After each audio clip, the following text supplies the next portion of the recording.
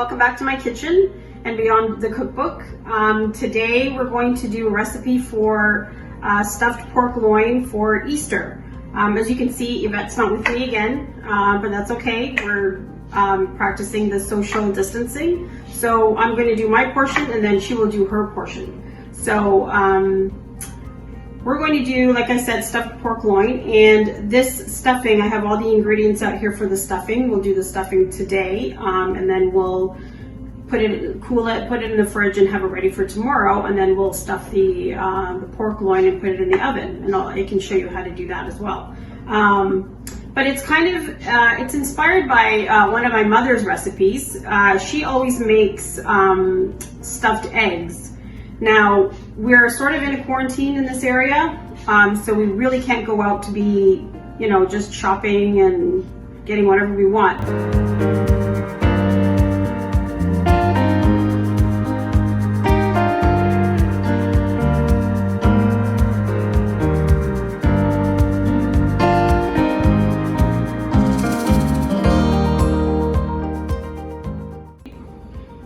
So the next thing we're going to do is we're going to chop up the bacon.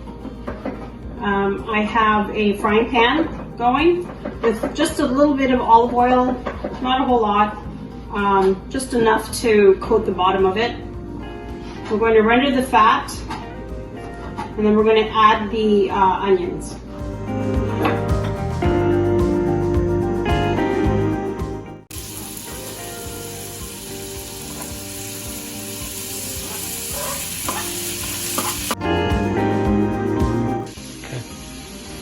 Turn over our cutting board and we're going to chop the onion. That'll be next to go in. Oh, onions. Always give me a hassle.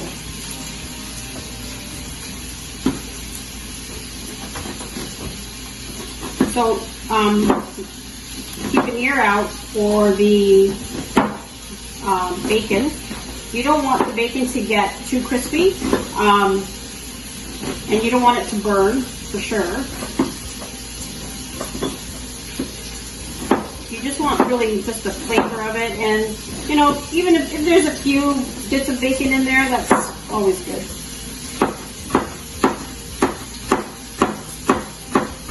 Okay, we'll give this a stir.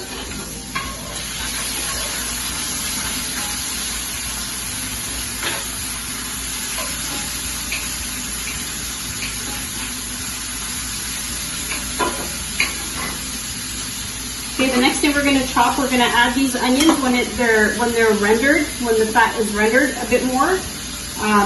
So we're going to chop the rest of our vegetables.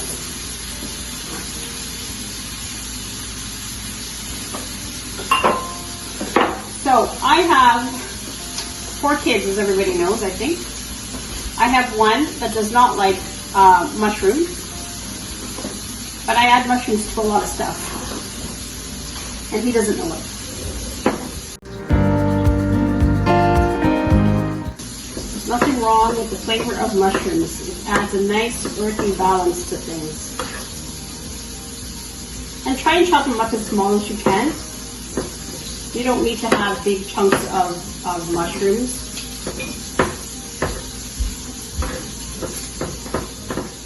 And again, I just use what I have in the fridge. We can't afford to waste anything, so even though they don't look as perky as they did when I first bought them, they're still good.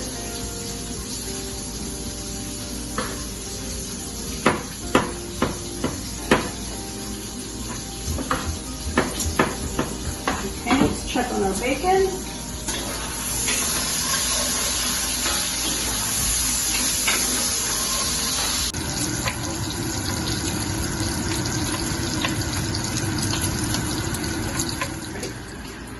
I'm going to slice up or chop up the spinach. You use as much spinach as you want. Spinach wilts to almost nothing, so you could end up with like a bowl full, and by the time you're done, it's nothing. But my kids love spinach, and it's very nutritional for you. And I'll just add this at the end. I want to get the onions in, and then I want to get the chicken and the chorizo in, and then I'll add the vegetables, and I'll add the spices. I'm going to start adding the onions. So this is a half of a medium onion. The other half I will use tomorrow for something else.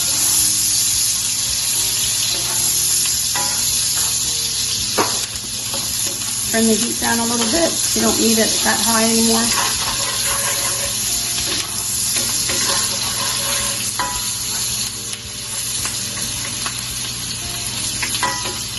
So these onions are going to soften up a bit. I'm going to add the garlic. About a teaspoon of garlic.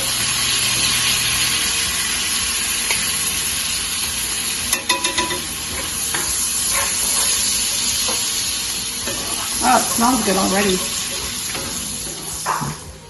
Okay, so the onions are pretty good. So we're going to add the chicken and the chorizo in. We'll put the chicken in first. Actually, we can put it all at once. Spread it out.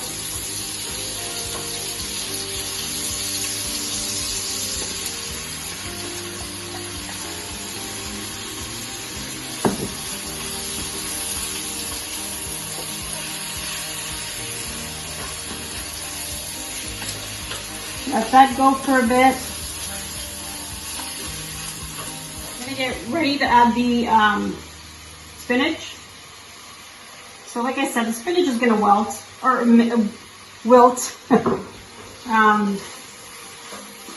You'll see it in there. There'll be like a hint of green in there. Now, traditionally, when you're making a stuffing, especially when we make our stuffed eggs, we add stale bread. But like I said, we do have somebody who is gluten sensitive, so we're just going to leave it out. This is going to be fine. Once it's cooled overnight, we'll be able to just spread it on the pork, and it should be fine. Of course, always taste for the seasoning.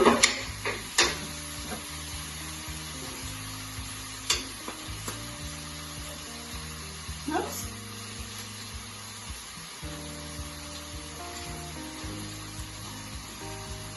That's good.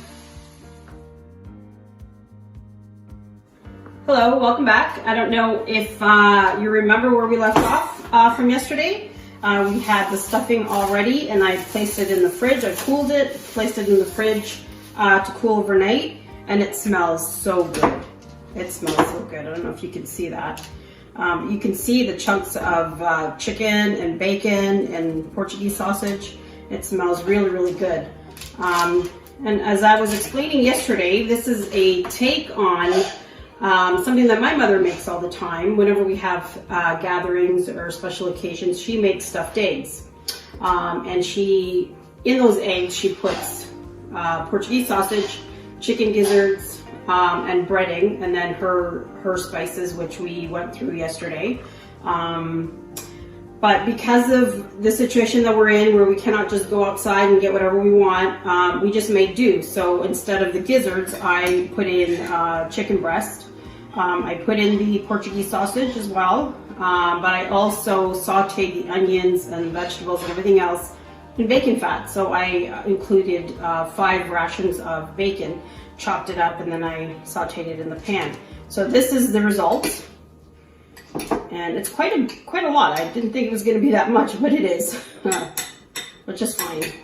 So that's that, and it's been sitting out here for a little while, just to come to room temperature. And this is our pork loin that we bought. Unfortunately, it's not perfect. I was hoping that I was going to open it up, cut it up, and have it like roll out. But unfortunately, this was already cut like this, so I had no choice but to cut the rest like this. So I did this yesterday, and there's a hole in here, but that's okay. We're going to stuff it anyway. We're going to use butcher's twine to put it all together. So yesterday I prepared this. I sprinkled it with salt and pepper on both sides, as you can see. And I just put it in the fridge. So today I'm going to put the stuffing in it, tie it all up, put it in a pan, and put it in the oven to roast. So here we go. And I wanted everything to be room temperature because I wanted everything to cook relatively at the same time.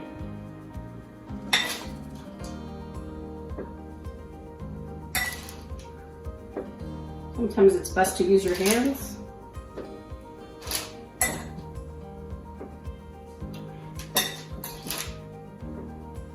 So I'm gonna cook this, I'm gonna roast it slowly in a low oven. It's set for 300. I do have a probe thermometer for my stove, so I'm going to use that, and I'm going to set it for an internal temperature of 150 on the thickest part of the roast. And then I'm going to let it sit for about a half hour, and in that time it will cook a little bit more. The temperature will come up. So what I want really is eventually 160 internally. So that's that. We still have a little bit left. We can do something with that afterwards. So now I'm just going to turn it onto itself. So what I really wanted to be able to do was cut it so that it was a roll, and then we could roll it up. But unfortunately, because of the way it came from the store, that's how we're going to deal with it. So I have about 5 or 6 pieces of butcher's twine, and I'm just going to wrap it all up. I don't know how to do those fancy butcher's knots.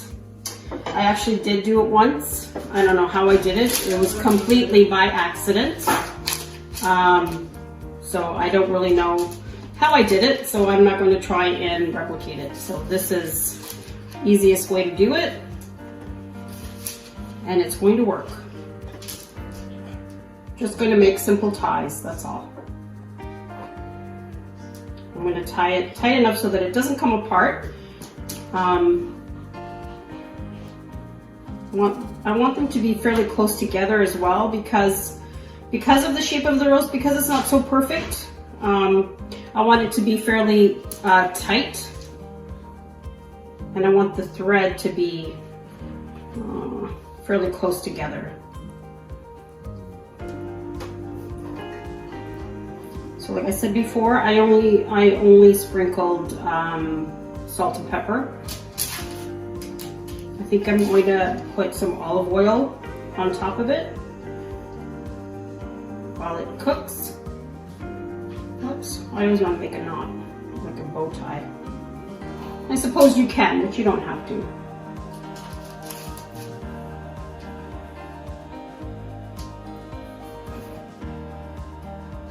And we'll cut the extra threads.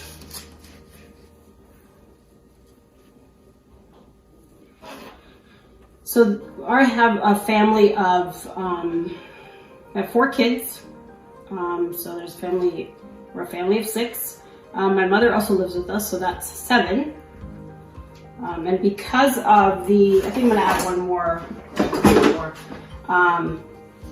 Because of the social distancing, we're not having a big Easter gathering this year, so we're still gonna have a big number of people, just because they all live here. So this will be good for 7 of us plus. We'll have leftovers for the week.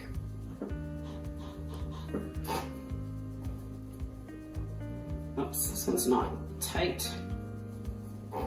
Okay, I think I might put another one right there.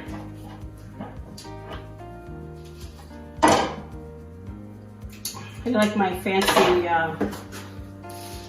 zebra print or leopard print. Okay, so this is our roast, all nice and tight. So we're just going to use our fancy scissors and we're just going to cut the extra ends.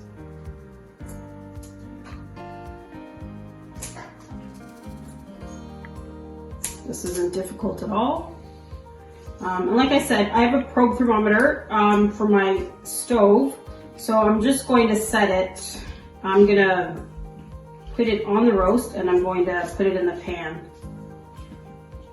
And I have my oven preheating at 300, so I want a fairly low oven because it's going to roast for quite some time.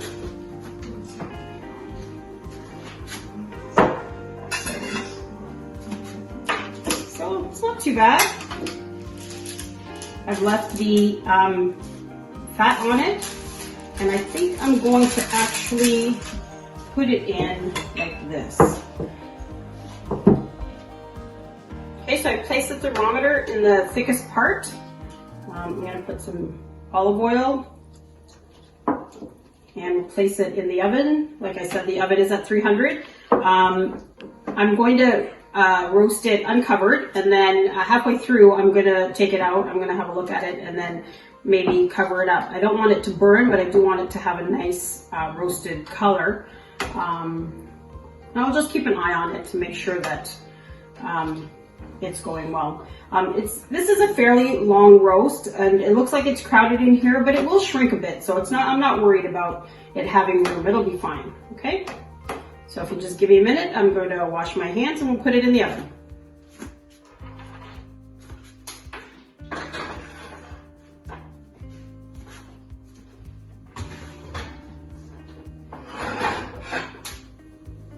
Okay. So then that's done. It's in the oven. It's going to cook for a few hours, and then when it's finished, we'll show you the end result. I know yesterday I mentioned that I have a vegetarian in our family. So for her, I'm going to make a vegetable stew with onions, carrots, celery. I'm going to add edamame beans, cauliflower rice, and of course mushrooms and spinach. And I'll make a small portion of mashed potatoes, and she can use that with that. So that'll be her Easter dinner. So we're just gonna wait for the roast to be finished, and then when it comes out of the oven, we'll show you the end result. Here's a side profile, or straight profile, I guess, I don't know, of the roast. And you can see the stuffing inside, and you can see that it's nice and pink the way it should be. I'm just gonna slice it. It smells so good. So it took about an hour and a half to come up to temperature, which was fine. It's going to be so good. It's a great Easter dinner. It's a great dinner for any big time celebration, Christmas, Thanksgiving. It smells so good. I hope you've enjoyed this video. I hope you've enjoyed the recipes. If there's anything, like I said before, if there's anything you want to learn, anything that you have questions on, please don't hesitate to leave comments. We'll get back to you as soon as we can. This is our Easter dinner, and hopefully you're all having a good Easter dinner. I know times are a little bit tough right now. You can't be with the ones you loved or the ones you love. I'm very fortunate that my children still live with us, and my mother lives with us, so we are going to have a full house for Easter dinner, which is lovely. I wish that their boyfriends and girlfriends could be here, but unfortunately they can't. But that's okay. They'll be here some other time soon enough. Until then, I hope you enjoy. I hope you like and subscribe and tell all your friends. Thank you. Happy Easter. Bye.